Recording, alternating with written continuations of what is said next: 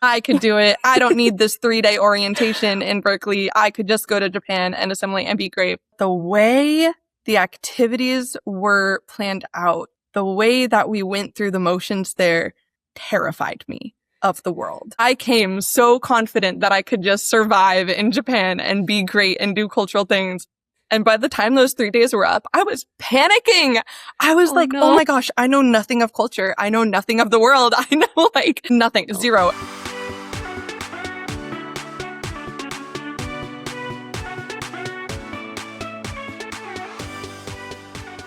Hello and welcome to this episode of Life Exchange Stories of Understanding. I am your host, Kelsey Ross, and today we are joined by a wonderful guest. Why don't you go ahead and introduce yourself to the listeners? My name is Joy Cade, and I am currently the Virtual Orientations Chairperson with YFU. So I'm so excited to be here. Thank you so much, Kelsey, for having me on. Oh my gosh, Joy, I'm so excited to have you on here. Thank you so much for taking time out of your very busy schedule to come talk to me. I cannot wait to hear more about you and your story because I know you have a very long one with us. So let's not waste any time and let's get into it. Studying abroad is what we do here at YFU. The idea of studying abroad comes to students from a lot of different areas of inspiration. So how did it first come to you? So I grew up in central coastal California, and I was surrounded by various cultures in food, in languages, translation. And from a very young age, I looked at all of it and I wanted more. I wanted something that was not similar to anything I had ever experienced. And this is around the time that Tokyo and Japanese pop culture started becoming very, very big in the United States. And the first time I heard Japanese, I was like, whoa, this is insane. What even is this language? And from there, I started wanting to learn more. I found a couple applications in middle school to start teaching myself the language, learning anything I can about culture. And in high school, my high school offered Japanese as a formal language class. So of course I had to take it. I had to just learn more. And my teacher, Kohlberg Sensei, she's phenomenal and always wanted us to keep an open mind. And one day she came up to me with a pamphlet for YFU. And she was like, competition is really tough for these, but apply to a scholarship and see what you can do. You deserve to go travel and see the world. And so little 16-year-old Joy signed up and got accepted for the Japanese American Friendship Scholars Scholarship. And I studied abroad for a summer in Japan. And it was the coolest thing ever. I was so blown away by everything, by how different everything was. And it really gave me that thirst for new things, for molding my mind, for not just having an open mind, but having a changing mind. So YFU really jump-started that for me. That is so cool. And Japanese, okay, that start there. 'Cause I have heard from so many people, especially for an English native speaker, Japanese can be incredibly difficult to learn. So how was learning the language for you? Did you find it to be as difficult as people say? So the funny thing about Japanese language is that, yes, it is completely different than English language, but I feel like it is so much more literal than English language. My favorite example of that is Japanese colors. You can say like cha iro, which is tea color, and that describes the color brown. And so the more you get into Japanese, the more you notice that the words circle back around and are reused in different contexts. And I think the most intimidating part of it is Japanese kanji. There are over 2,000 daily practical kanji, and those are the symbols that represent not just a sound, but a meaning within itself. And so that's why people get really scared, is because they're like, oh my gosh, 2,000, over 5,000 total Japanese kanji. So you look at that compared to our 26 letter alphabet and you're like, absolutely not. You know, it's really intimidating. But luckily for us, there are easier options. There's hiragana, katakana, Japanese language writing styles that you can start with to practice. And so that helps you with the pronunciation and everything. After that, learning kanji is helpful for knowing the literal translations to words. Okay. Yeah. Wow. I can't even wrap my head around 5,000 different kanji. That's intimidating. Yeah, I can't even, I mean, and you just like dove right into it. It sounds like going head first, just like immersing yourself right in. How did you not get intimidated by it? How did you manage to not get overwhelmed by all of that? You just take it a step at a time, really. I think with learning any language, the first step is learning the alphabet. Even if you can't write the alphabet, you need to learn how to pronounce the alphabet. Once you can pronounce, you can read. And then it's just a matter of grammar and then plug and play. So you have Japanese particles that go in between words and can carry the sentence. Once you understand those, all you have to do is choose vocabulary words. And that's as simple as just, I want to say it's as simple as just knowing what they are. But another example I give my students is if I describe cherry red, brick red, rouge, bright red, you guys can all imagine that in your mind. And it's all the same color, just different ways to describe slight variations. And your mind is used to connecting these dots because you're used to listening to that accent, to that pronunciation of sounds. Well, if I add aka to it and tell you that aka can also mean fall and leaves. So now you know aka as just another variation of red. And it's not about learning a new language. It's about learning different ways to call different things, which in my opinion is what foreign exchange is all about. You go somewhere and you learn different ways to do even the most mundane tasks of life. What a poetic way of putting it. Oh my gosh. That's so beautiful. I've heard the Japanese language described as, honestly, poetic in a way. I've never really quite understood what they were talking about, but having you describe it in the way that you are, I understand what they're saying now. That's so cool and so beautiful. As I'm sure with you being a virtual orientation facilitator, I'm sure you're familiar with how popular Japan is as a destination for study abroad students. And so for students who are looking to go to Japan, what advice do you have for these students who are looking to study up on the language, who may not have access to high school classes or Japanese classes in their communities? You had mentioned you were using a couple of apps to help out. Just to clarify, YFU does not sponsor any of these apps or websites. Yes. These are just things that I personally have found useful to me. One of them is Tai Kim's Guide to Japanese. It is a very well planned out website. Back when I was an exchange student, it was an app. I don't think it's an app anymore, but you can still go on the website and it goes through hiragana, katakana, onyomi, kunyomi readings, if you know what those are, and basic grammar structure. So that's one of them.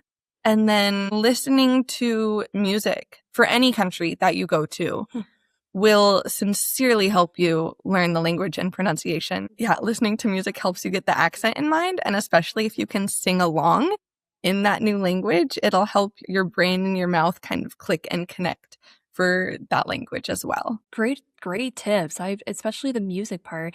Do you have any favorite Japanese artists that you still listen to? I do! Reoru-san, if this ever gets to you, I love you so much. Reoru got me through college. She is the coolest. She mixes like techno, new age music, but her voice itself sounds very traditional Japanese. And so it's a beautiful blend of the both. I actually had the privilege of going to her first ever live concert in the United States last year.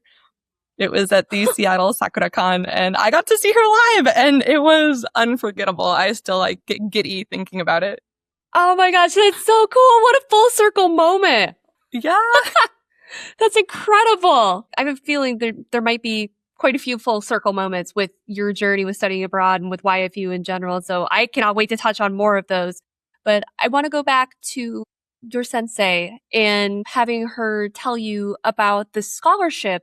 And you had said it was called the Japan-America Friendship Scholarship. And this is one that we haven't really touched on the podcast. So for our listeners who may be like, what the heck is that?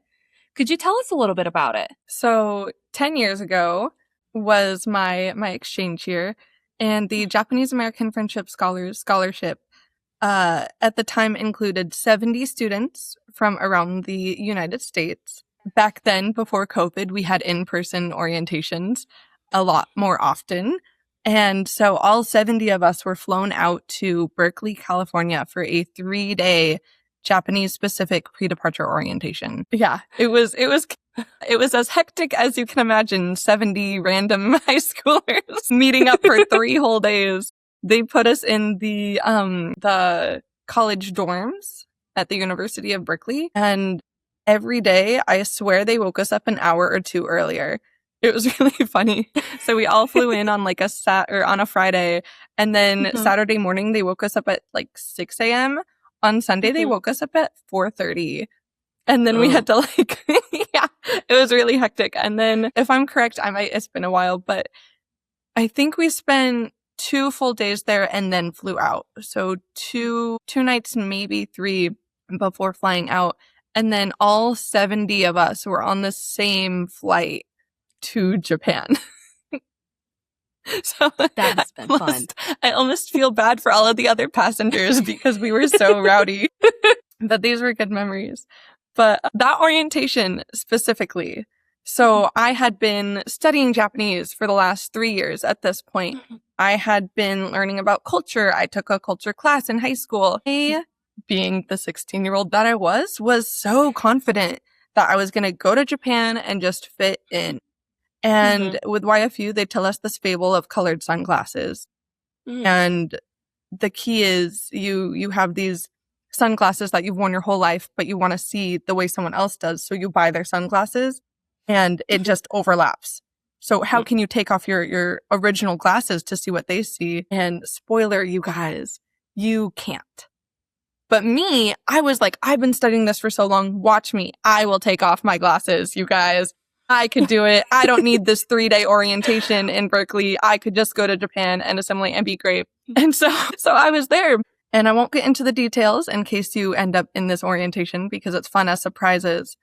But the way the activities were planned out, the way that we went through the motions there terrified me of the world. I came so confident that I could just survive in Japan and be great and do cultural things.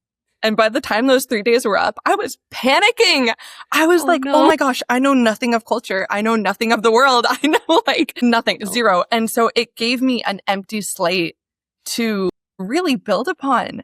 And I made a promise to myself that if I ever get the opportunity to join YFU and mess with students the same way I was messed with work during that orientation, I would take it. I would jump at it. And so here I am 10 years later with the virtual orientations, and I get to help build that curriculum. I get to help teach these students, and no, it's just phenomenal. But yeah, those 3 days were the hardest 3 days of my entire life. No. In the best way. Yeah. See, listen to that. As students and parents might be listening, listen to that end part in the best way. No one's getting hurt. It's challenging in a good way. It's to set them up for success. Yes.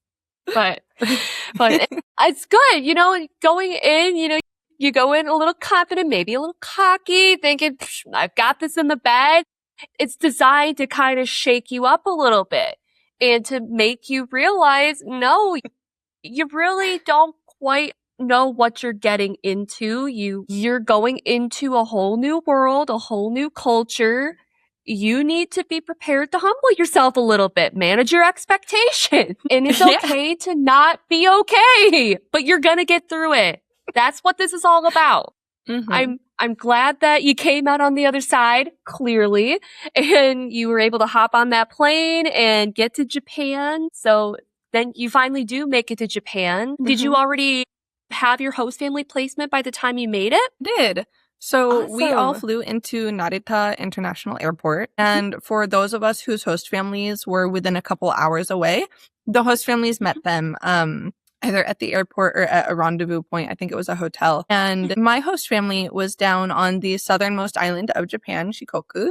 So I had another day of traveling afterwards, which I was not prepared for in the slightest. So on top of jet lag, being overexhausted, it was a long, I think it was like a 14-hour flight or something like that.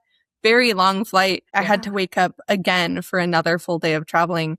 And we flew into Matsuyama Airport, where my host family picked me up. And my host mom was so cool. And we were in the car and I was doing my best to answer in Japanese. And she was like, Joy-san, it's okay. I speak really good English. You can speak English to me.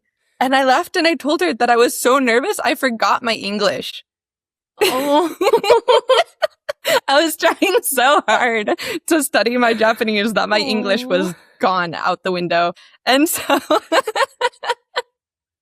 but she was really, really inviting and really welcoming. And then that same night, they took me on a small tour of the town and they showed me where my school was going to be. And I rode a bike to school. They showed me where it was in like this mass, public bike lot. And I was so tired that the next day I forgot which bike was mine and had to walk anyway. Oh no. So it was a very rough, but exciting start. Everything was just so overwhelmingly beautiful and so amazing. And even the drive home from Matsuyama, it was like a 40-minute drive. It was through the longest tunnels I've ever seen. And I swear we were in that tunnel for like 10 minutes. It was so cool. Yeah. And then you come out on the other side and you just see this beautiful country of a lot of tanbo, rice fields. And it was simplistically Japan, just beautiful and raw. And since it was so far from the city, it was a lot of older historical buildings and historical fields and everything. So it was just so beautiful. I love the area that I was in. It sounds absolutely picturesque. Oh my goodness. Had you had the chance to talk with your host family before coming on program? Yes, I was able to email them back and forth a couple photos and asking them who all was there and what all they did. And I got to look up my high school before I went. I attended Saijo Koko. And the cool historical thing about that is that land used to be a castle before it was broken down and put into a high school. And so the entire school campus had a moat around it. And so I got to go like across a moat to my school every day. That's so cool. Yeah. So before I went, I got to like show everyone, guys, look, this is the school I'm going to go to. I'm so excited. Yeah. And so we got to talk a little bit. Of course, there's like the time difference. So if I replied, it would be about 12 hours or so before they got back to me. But yeah, I was very fortunate to see my host family before I went. Wonderful. That is not always the case though. I feel like I should small disclaimer. The guarantee is that once you are chosen for the program, you will have somewhere to go once you're in your host country. And whether or not that's like a 2-week temporary host family or in one of our students' cases, I think they had a different volunteer, a YFU volunteer, have them every 2 weeks.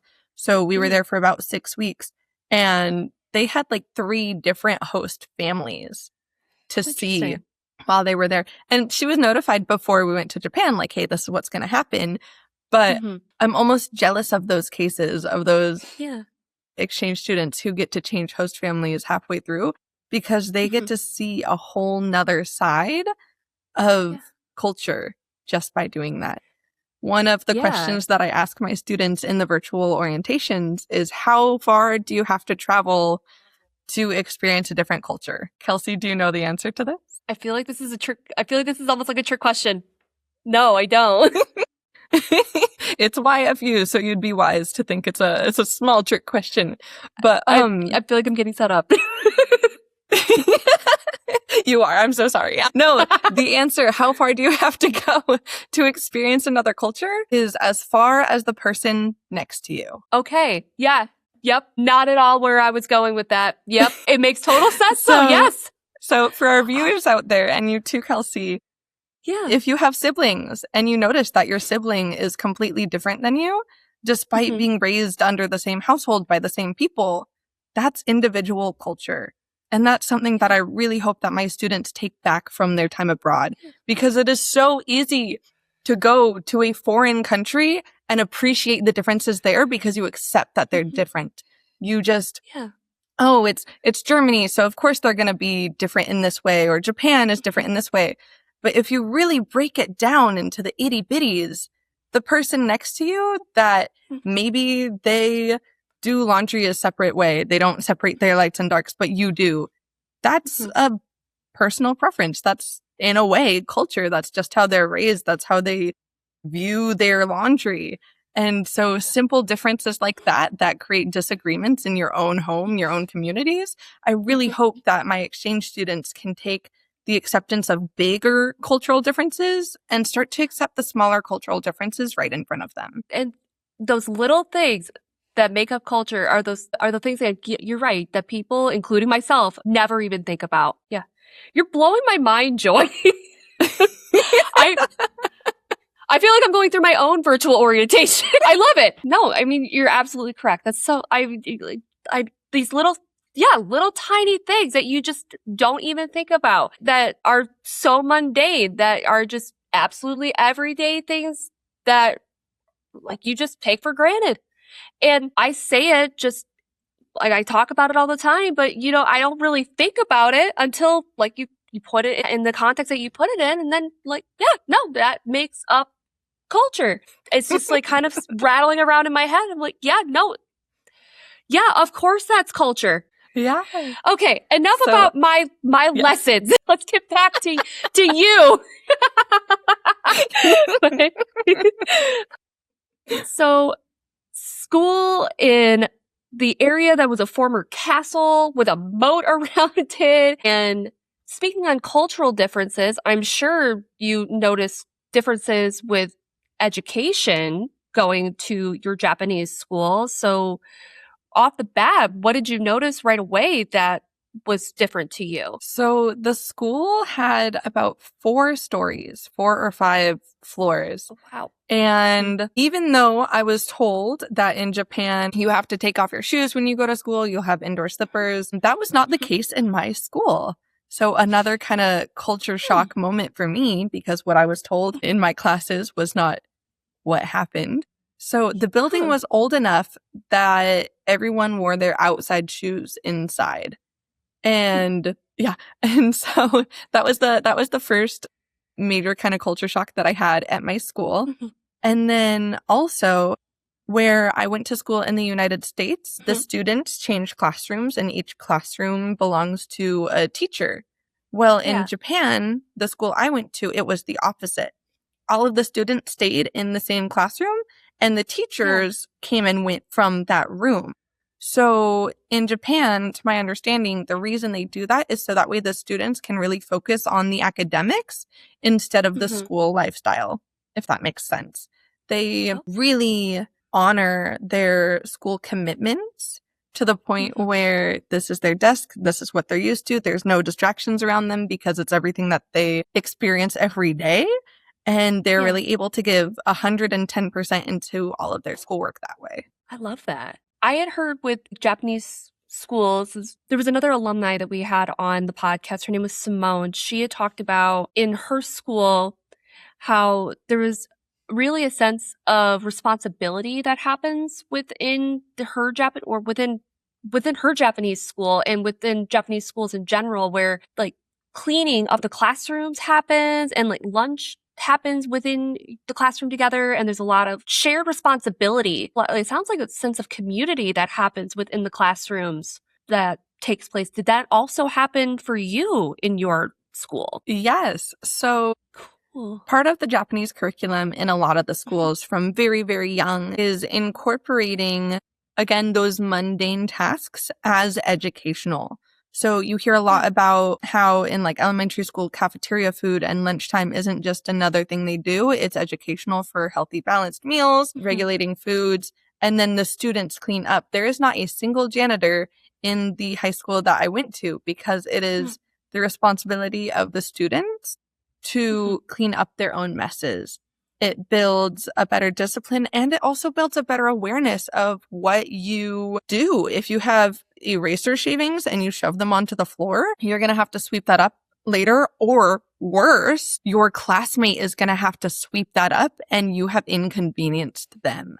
And so when you erase things, you want to keep it on a neat little pile on your desk so that way you can shove it into the trash can later. Just small things like that I never really considered in my schools in the States that I became a lot more aware of in Japan.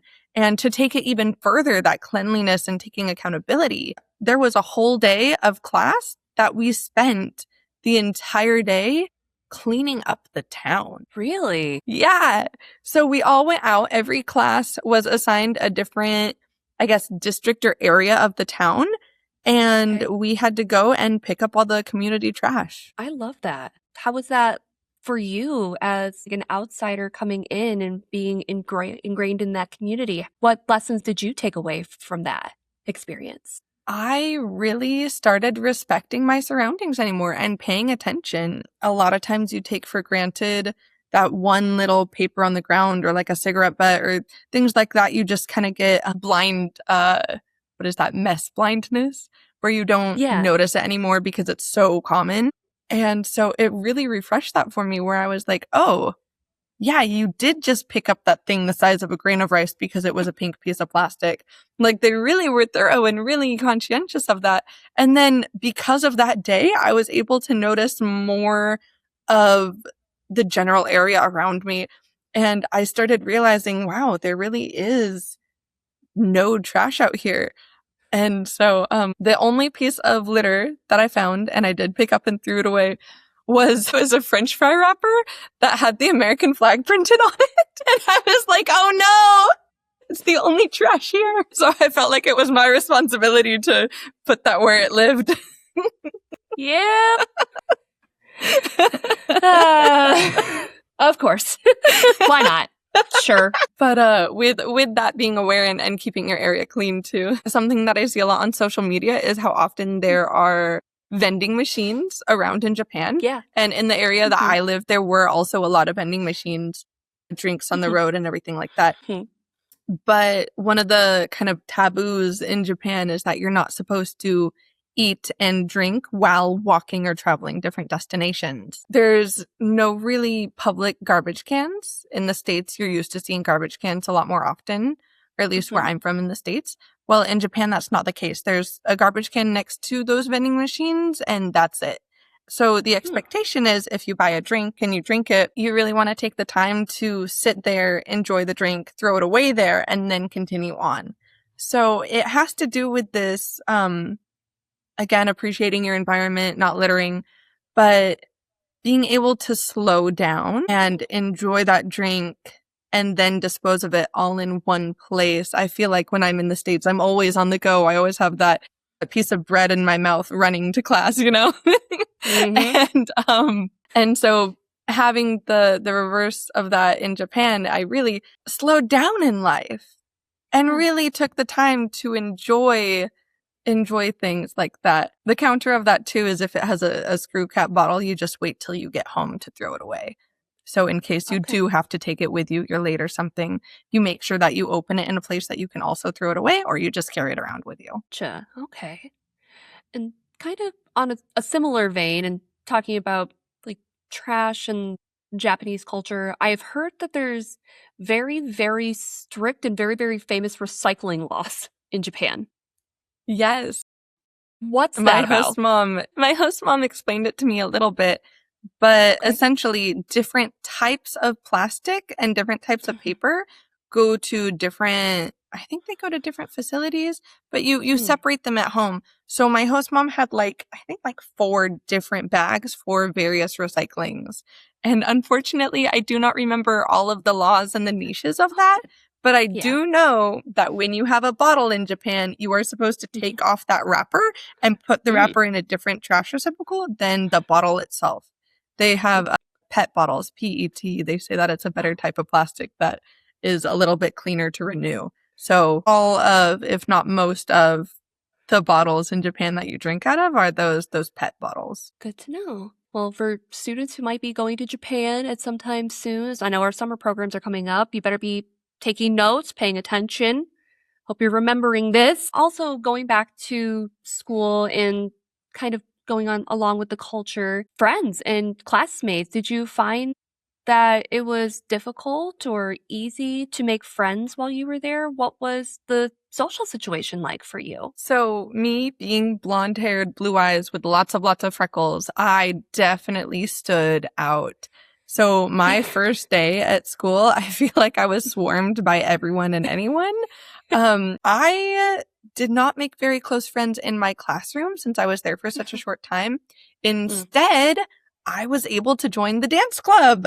And I made 8 wonderful, amazing friends in the dance club, and we met up after school every day and practiced dancing. And even the way that they danced was completely different than anything I experienced. I'd like taken jazz classes before ballet classes, and I feel like they broke every structural rule of the dance style that I learned prior, which was amazing. It was phenomenal. I learned like a whole new way to move and listen to the music. I feel like the way they listened to the music was a different syncopation than what I had previously been trained. So yeah. Tell me more. It was, oh my gosh, let's see if I can break it up.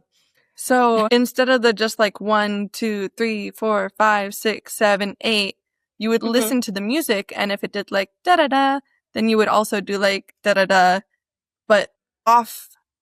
I feel like it was off centered from the tempo. So I think the best way that I can explain this is if you watch Japanese pop idols dance, they really try to hit like the unheard notes. Okay. Which doesn't make sense if you don't understand music. Yeah. Yeah, it's like the in-between notes.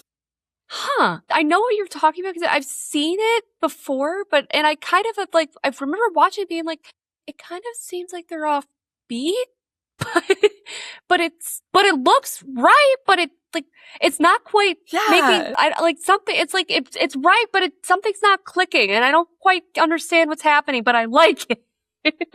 Yeah, that's culture shock. That's another instance of culture shock.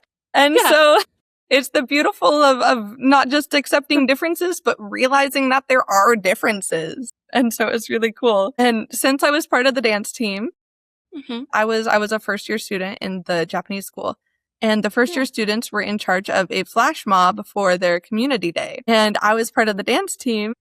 And I seemed to be getting the flash mob pretty okay. And they noticed me in the back and they were like, Joy-chan, quick, come up here. And so they had me on stage leading the entirety of the first year students in this flash mob dance that they were going to perform later that year.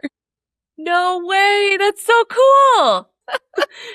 Wait, what's Community Day? So Community Day, and I'm probably translating it a little bit wrong. It goes by a couple different names, but it's like a school festival where they invite the community out to come see the accolades of what the school has done. Typically, there are like food cafes. Sometimes there could be plays, festival food, performances, artworks on display, things like that. And so they, I guess, raise awareness to how good the school is because the students are in charge of everything, all of the planning, all of the decorations, things like that.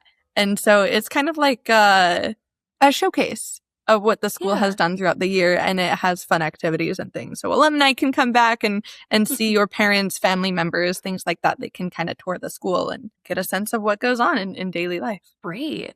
It sounds like, and I don't know if this is strictly with the school that you attended, or maybe this is a thing among all Japanese schools or within Japanese culture, but there's a lot of responsibility that is in just a sense of responsibility that's placed among young people in general. Am I picking that up? Is that correct? That I'm picking that up? Yeah, there's a lot of self-ownership and a lot of the idea of if you don't do something, you are inadvertently burdening someone else with that task. And so you really take accountability, not just for yourself, but the people around you. But because everyone does it, or at least most people do it, I can't say everyone. I do not know everyone in Japan. But because a lot of people do it, it's not a burden to watch out for other people because they're also kind of watching out for you. So there's a large amount of trust in a lot of these Japanese cultures and places that it'll be okay kind of thing. I've heard that, I didn't experience this, but I have heard that if you lose your wallet in Japan, that it will be kept safe for you to come back and retrieve. So even things like high value, you can trust the community. Of course, it's not like that in every part in Japan, but that's the central kind of idea around everything. Wow. Yeah. It's really profound. Japanese culture is very deep and very honorable. Along with the sense of self-ownership and accountability, were there other really profound or just notable things about Japanese culture that you picked up on while you were over there that maybe you still exhibit in your daily life now? Yeah, definitely. There is Shintoism, which in the United States, I have heard Shintoism described as a religion of multiple gods, of belief enlightenment connected to Buddhism, kind of things like that. However, in my experiences and knowing what I know and taking a couple Japanese religious classes in college and studying and really being there, Shintoism is more of an idea, of a way of life, kind of. And it's, to my understanding, it's the idea that everything around you has energy, and the amount of energy you put into things is kind of the amount of energy received. And while I was in Japan, I got to meet this elderly gentleman, and he started talking to me about my energy. And he said, "You are so happy," in Japanese. He said, "You're so happy. You have a bright energy, a lot of good, positive energy around you. And when you have good, positive energy around you, you attract positive energy, and it brings luck and it brings good fortune. But if you have dark, negative energy around you, you attract dark, negative energy and end up with worse luck and things like that." And so I kind of thought about it, and I was like, he's kind of right. How many times have you had a bad day and suddenly everything goes wrong? The idea, if it rains, it pours. You're late to work, you spill your coffee. Now your car won't start. There's frost on your window. Now you're 20 minutes late, but you're stuck at every single red light. Things like that are coincidence, but Japanese culture kind of that got me thinking, what if it's deeper? But going into those cultural aspects of it. Yeah, having that kind of idea also allows you to appreciate the things around you more as well. Because if you're trying to put good energy into the space around you, you just have good energy, happiness feelings in less scientific terms.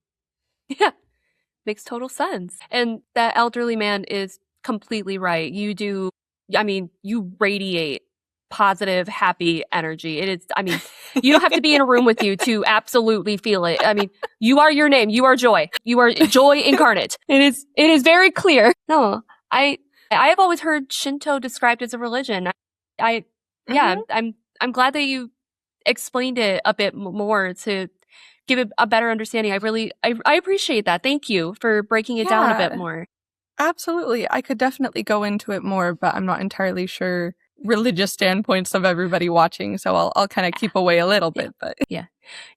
I will reach out personally because I'm very curious. So, and not to dampen the mood, but I'm not to say that it sounds like everything you've described so far with your exchange was absolutely incredible and a wonderful experience. I almost hate to ask, were there any downsides? Were there any bad moments or challenges that you had to overcome? Yes. Really? Yes. So, okay.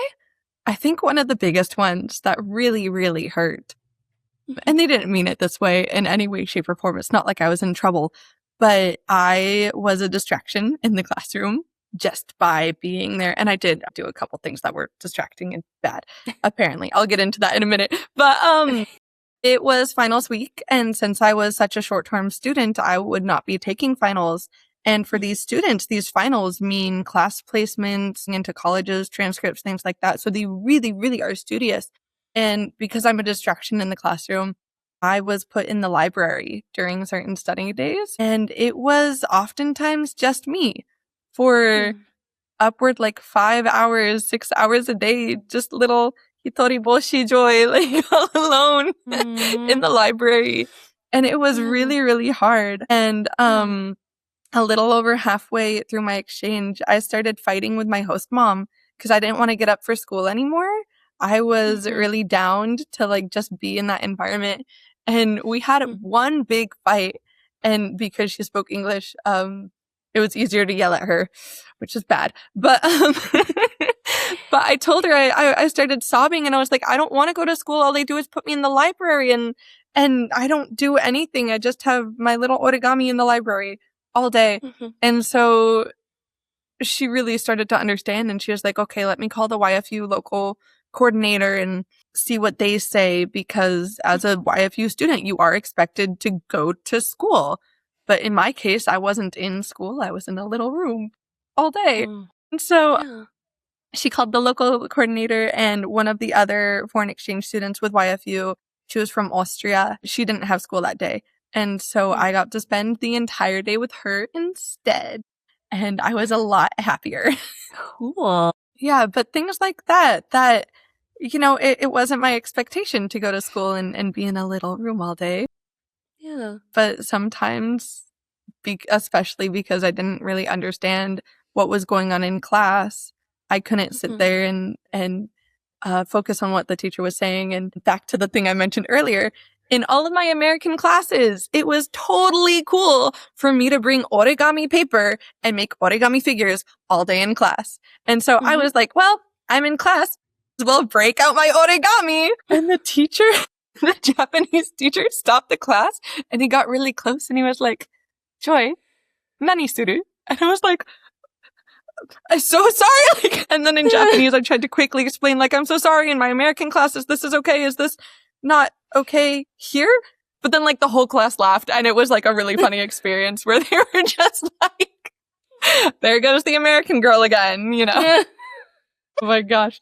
But if I were to do it over again now as an adult, understanding and learning and reflecting back on my exchange year, I definitely would have tried a lot harder to meet those expectations. I didn't realize that what seemed like 100% in my schools here was like 0% expectations of the schools there.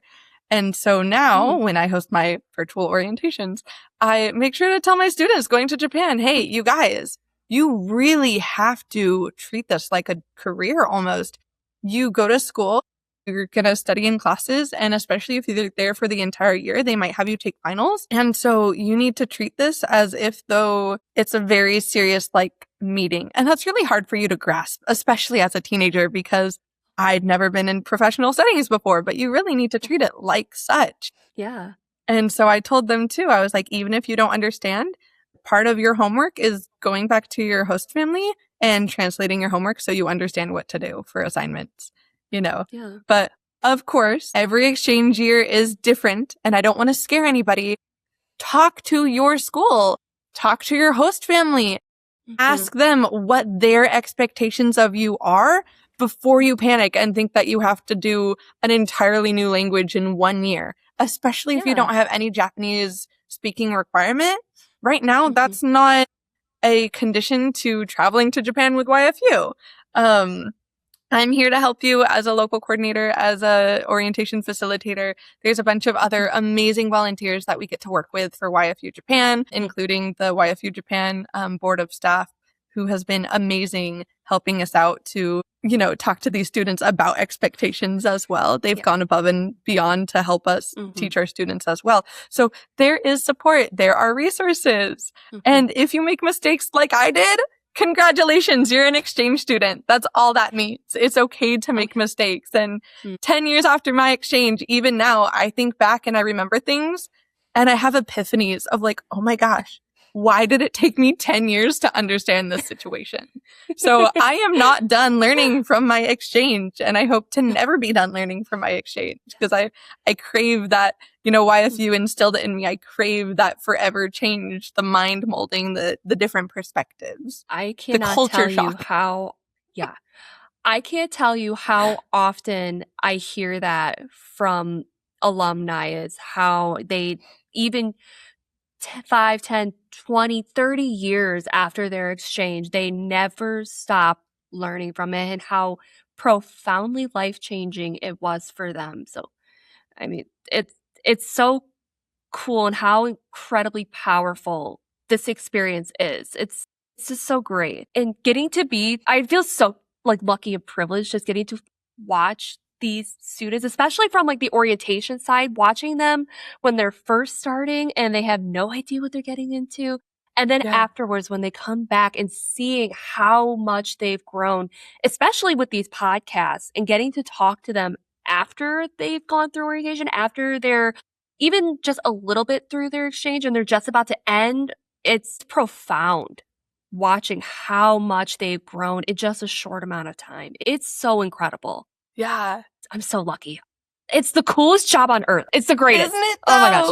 though? It is so cool. And facilitating and meeting like I get to brag to my friends that I meet hundreds of students from all over the world. Like that's me. Like I am international. It's so insane. Even without traveling, like all my exchange students, no, you're really changing the world and you're impacting lives and the new generation of global leaders with YFU. It is phenomenal and so gratifying. Oh my gosh. I love this position that I'm in.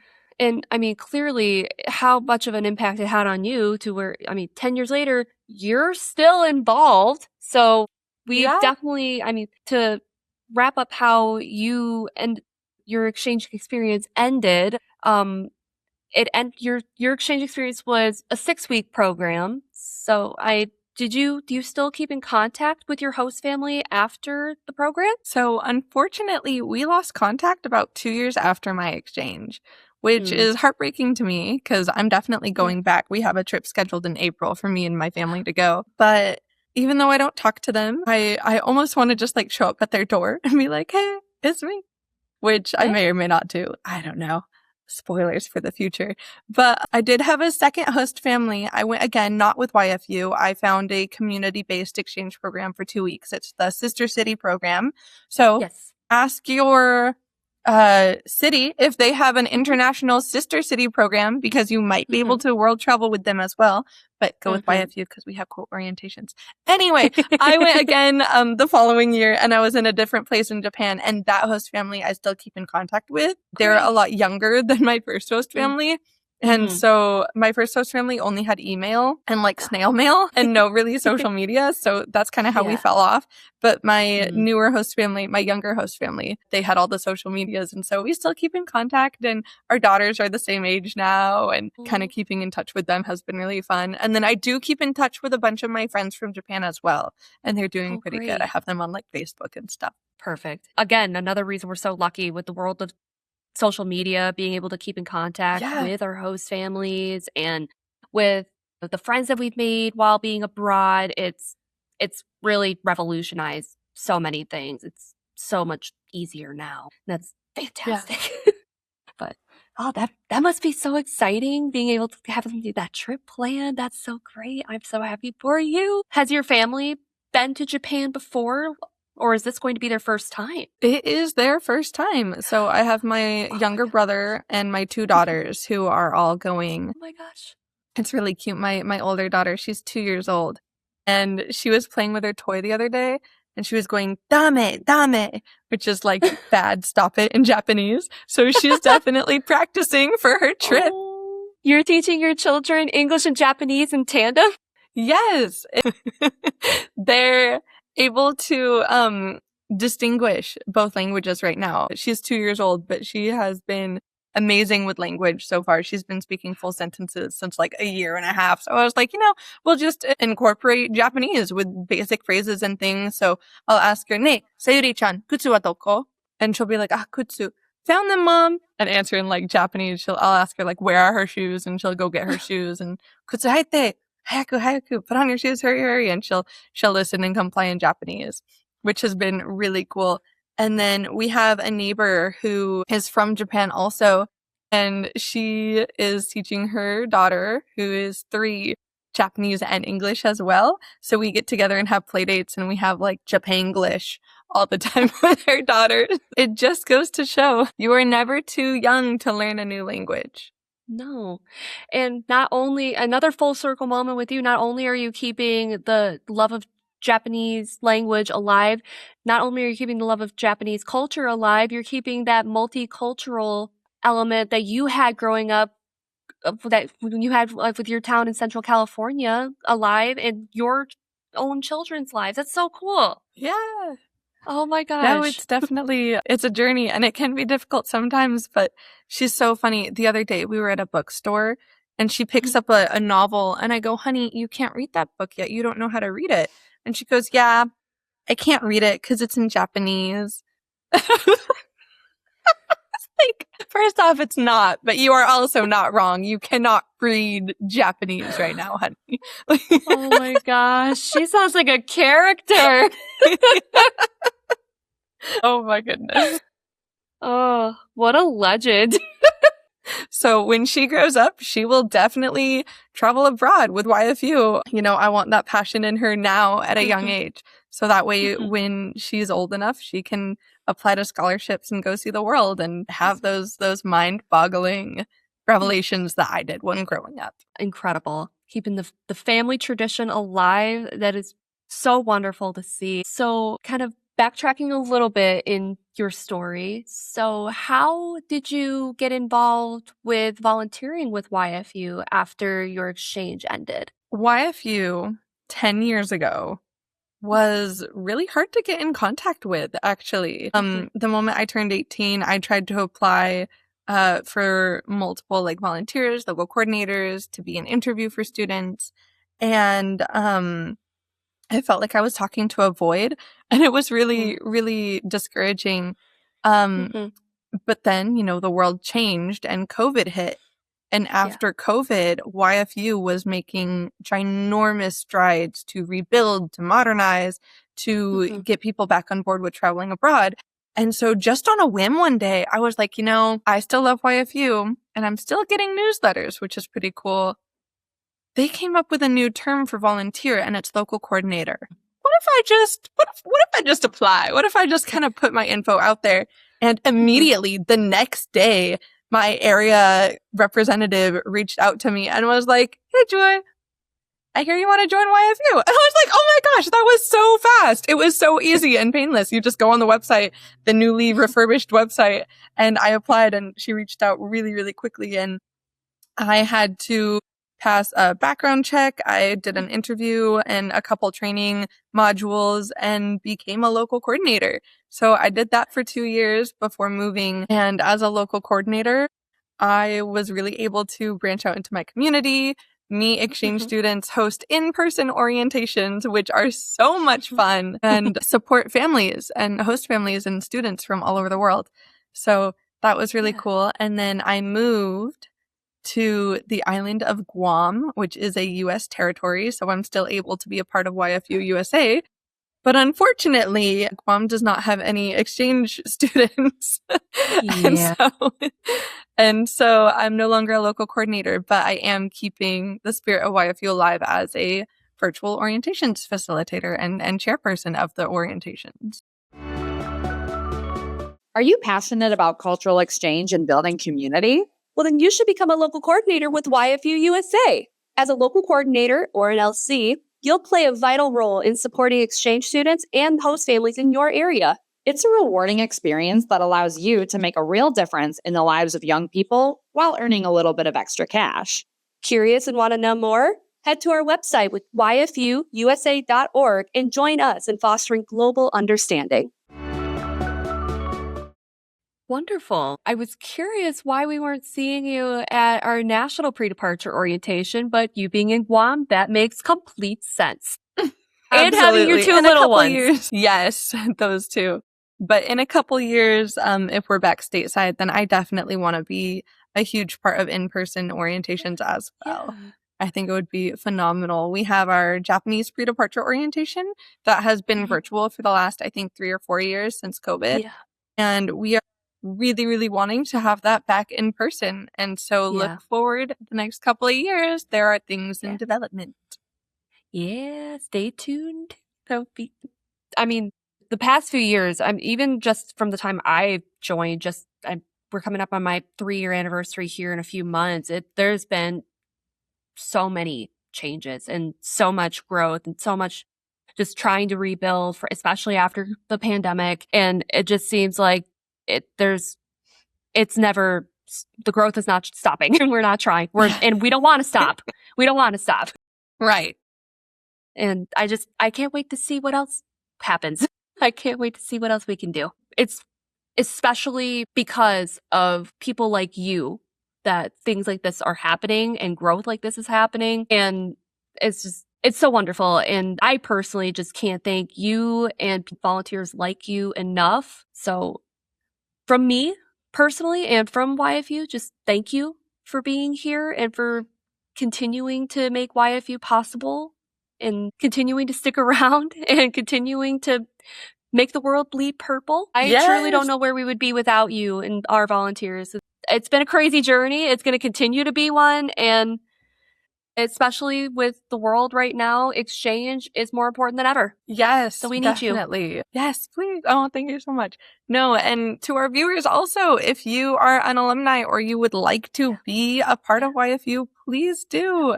Oh my gosh, we are always building teams, local coordinators. YFU is our volunteers. It is the people who just dedicate time. Really, that's what I love so much about YFU too, is because we have so many amazing volunteers and amazing staff members that just make it the most fun that I've ever had in any job I've ever had.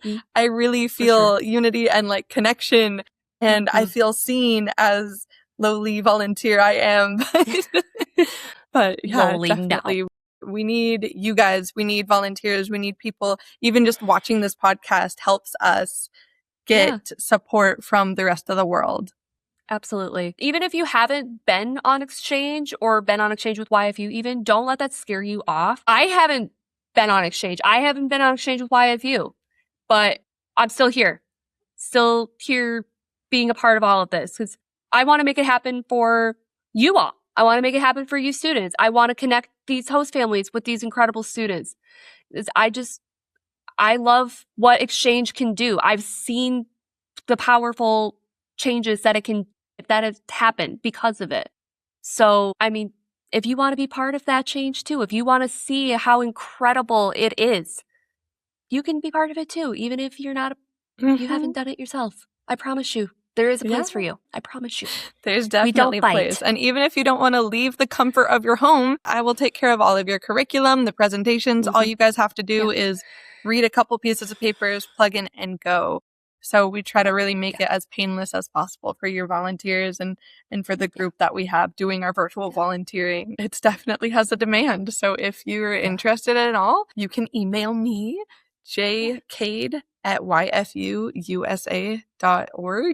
And come join our team. I'm looking for amazing, dedicated, passionate volunteers to do what I do right now. Just talk to a camera and change lives. Really easy, straightforward, you guys.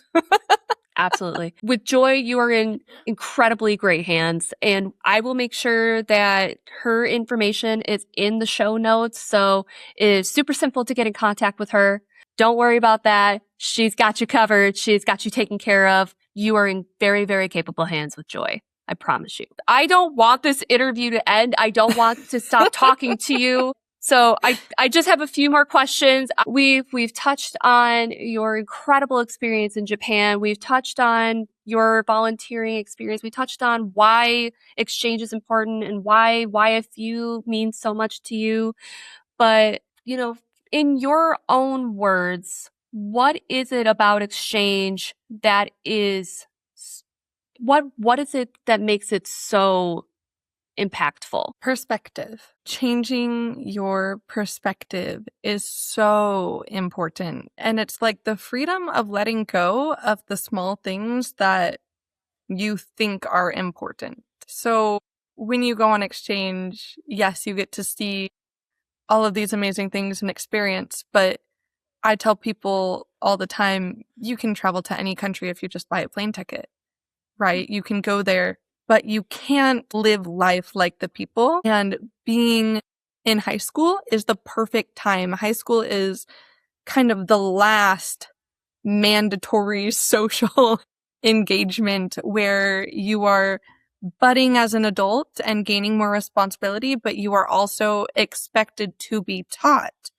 So as an exchange student, you have that freedom of like maturity of like, yes, you're traveling, you're on your own, you make your own rules and decisions, but you're also in a vulnerable position where you can ask for help and people will give it to you because it's not expected for you to know everything. When you get to my age, if I'm almost like in my 30s, I'm in late 20s and I'm still young, but if I go to a foreign country and I start asking them simple questions like, oh, I'm sorry, how do I order on this menu? They're going to look at me like I'm stupid. They're going to be like, you're an adult, honey, you can figure it out. Right. Mm-hmm. And so going on exchange as a high schooler really is the peak opportunity to go on exchange. And it's so important for you to have that perspective and have that, the daily chores, the under a host parental guidance of how to live in those countries. And for a student who may be getting ready to go on exchange, do you have any words of advice for them that we haven't had the chance to share? Absolutely. Gain as much knowledge as you can about where you're going now, but don't be surprised if all of that knowledge is useless. Don't be surprised if when you get there, it's completely different than you thought. Take it in waves. Check in with yourself with how you're personally feeling. If you're having trouble getting out of bed every day and start yelling at your host mom, maybe reach out to a local coordinator because you're not trying to be defiant. You're going through culture shock and you're having problems assimilating. But if you're right before you go and you're trying to learn everything that you can, do it. Look at videos, listen to music, have a pen pal, reach out to your host family if you have one, reach out to the local YFU here if you can, if you need more support. And be scared, but do it scared. Yeah. For a parent who is maybe terrified of letting their kid go abroad, letting their baby go, anything that you could say to them to maybe just a little bit ease their mind? Well, unfortunately, that feeling never really goes away. My mom, yeah, you guys, sorry, there's no set answer. No, my mom was terrified to have me travel abroad. So much, in fact, that she didn't let me go for an entire year. That's why I went for a shorter amount of time. It's because I personally was like, let's go a whole year, Japan. And my mom was like, but I miss you. And I was like, I love you too, Mom, but let me go, please. And now I'm married a military spouse and I travel the world anyway. So, holding them back in their youth won't stop them in their adult lives. And if they really have a passion for this, you just have to go through that culture shock and go through that adaptation as well. Yes, the student is the one who goes to a whole new land and learns all these things, but that doesn't mean that other lives aren't affected by exchange. For the people back at home, you also have to rethink your lives a lot. You have to set one less plate at the dinner table. You have to, I'm just going to call her, international fees. They're on exchange. I really shouldn't bother them. And you have to find that balance of, I want to talk to my child, my student every single day, but I can't because they're supposed to be assimilated in their culture. They're supposed to be listening to that language, not mine, kind of a thing. So for the parents out there who are reluctant, again, do it scared. Let them go, because as much as you want to hold on to youth is fleeting and eventually they will be adults. And honestly, traveling abroad is the best situation for them to grow into responsible and good adults. And while they're over there, it's not like you're just tossing them on a plane and saying good luck. YFU holds your hand every step of the way. They'll hold your hand as a parent of an exchange student, as a host parent, as a student in a foreign country. There are volunteers. There are representatives who you can go to if you struggle. You are not alone with YFU. And so if you're apprehensive as a parent, there is support on every single end, and they will make sure that your student is safe and protected, because students are our number one priority here. 100%. And as a local coordinator, what does it take to be a good local coordinator? Having a non-biased, open mind. As a local coordinator, I got one of my students, my area representative, came up to me and was like, hey, you did the house walkthrough for your international exchange student, right? And I was like, yeah, I was in their house. I saw her room. I did the tour, made sure everything was safe and compliant. And They have fire exits, they have good food, they have a cute pet, it's great. She was like, okay, well, the school reached out to YFU and said that our student told them they were living in a hotel. And I was like, well, that's not acceptable. First off, students are not allowed to live in hotels if they're exchange students. And then it hit me. I was like, well, she's not in a hotel, but I know that her English isn't the best. And she is in a temporary location while their actual house is under remodel. So maybe it was a miscommunication of temporary house, like a hotel. And so you have to, as a local coordinator, you have to see objectively. You can't just be like, that's not right. I'm going to go talk to her. Hey, why did you tell the teacher that you're in a hotel? Like, you can't jump to conclusions. You really have to be able to take that step back, because misunderstandings happen all the time. And even mundane things like knowing, they're in a house for half the time while their actual house, they're in a rental. It was their family owned a rental house. So they were staying in that house for a temporary amount of time, and then they go over, knowing little things like that really help. And so, that's really the biggest thing as a local coordinator, is being able to take a step back and take information with a grain of salt, because it's not always how it seems. Fair point. Very fair point. I have just 2 more questions for you, and then it is unfortunately our time. Japan is known as a foodie's paradise. I know if you are on social media at all, there are so many delicious things to try in Japan. I'm sure you got to try quite a few things over there. If you could name a few things for somebody who is going to go to Japan to try, what do they got to try? So there are kind of I want to say obvious. Obvious isn't the word. I apologize. Yeah. But foods like takoyaki and yakiniku, those are traditional festival foods that are really, really delicious. Takoyaki is like this savory pancake ball with a piece of octopus in the middle. And they are like so gooey and yummy and like with a crunchy shell. And so a lot of textures and flavors there. So besides those, I want you guys to try Japanese ketchup and Japanese mayonnaise. Yeah. So it's exchange isn't just about those big differences. It's about the mundane things. And Japanese ketchup and Japanese mayonnaise, things that you would expect to have a mayonnaise and ketchup flavor, don't. They have a unique profile. Their ketchup is a little bit less acidic, almost sweet. And mayonnaise is more, I want to say like more eggy almost. But yeah, definitely try condiments when you're in Japan, because they might surprise you.